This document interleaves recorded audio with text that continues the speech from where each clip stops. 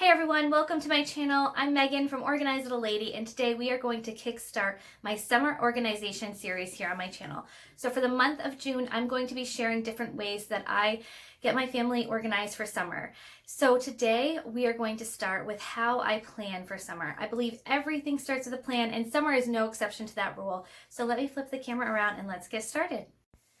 Okay, so I am using my Mom on the Go planner from intheleafytreetops.com. I love this planner because it includes a lot of different planning pages that you just don't see in a lot of other planners offered. So in the back of June, there is this summertime plan section, and I use this to map out some different ideas for activities and goals and a list of to-dos for the summer. So I'm going to share with you guys sort of my process and how I do this. So over here on the left, there's a goals section and a to-do section. I like to start here because I can incorporate different plans based around our goals and focus for the summer. So I got my family involved in this process. I have an older son who was kind of like, I don't really care, Mom. But you know what? Getting him involved means that I get his opinion, and I'm not just planning things that I want to do. It's things that I know my family want to do. So for goals, we set our goals in three different categories, family, learning, and personal. So for family goals, we decided we wanted to read 3 books as a family this summer.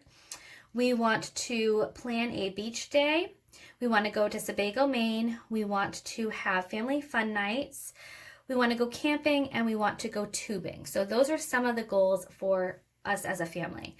For learning, we decided we wanted to do a new theme each week and activities and books and movies that go along with that theme, and we want to have a summer reading contest. So we do a read aloud as a family at night, and that's where these 3 books will be sort of incorporated into that. But we also are going to do a summer reading contest within our own family so the kids can read, and we will keep track of the books they're reading and how often they're reading. And at the end of the summer, we will award the winner of the most time read, because it's obviously my daughter is reading shorter books and my older son is reading longer books. So, we're going to base it off of time. And then for personal, these are things that I just personally wanted to mention and kind of keep in the forefront of my brain this summer.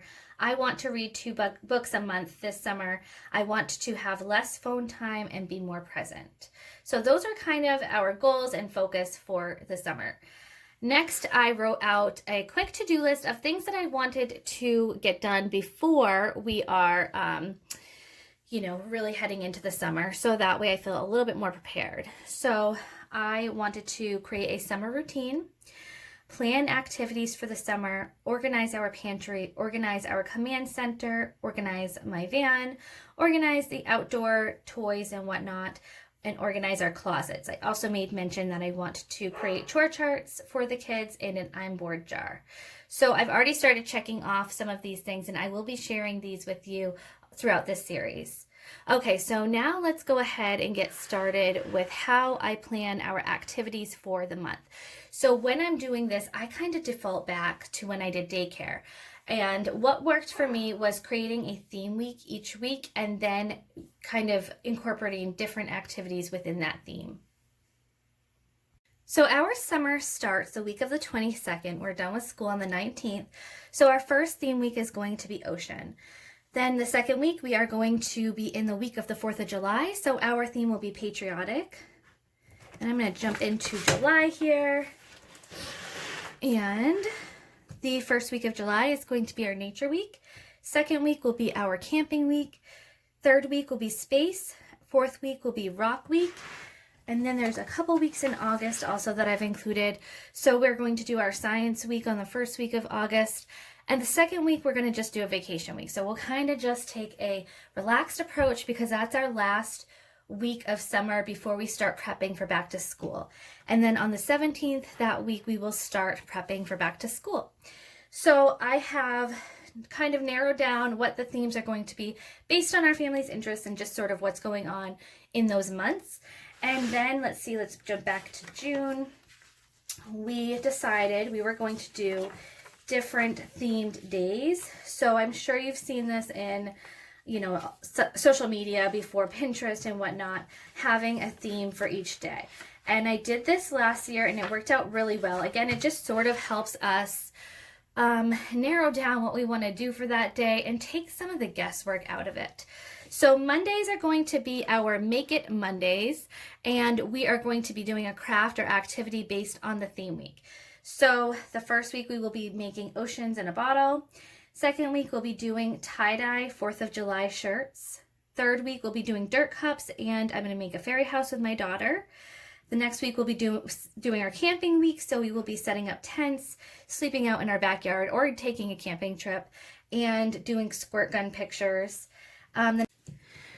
For our rock week, we will be making kindness rocks, and then for science week, we'll be making DIY bouncy balls.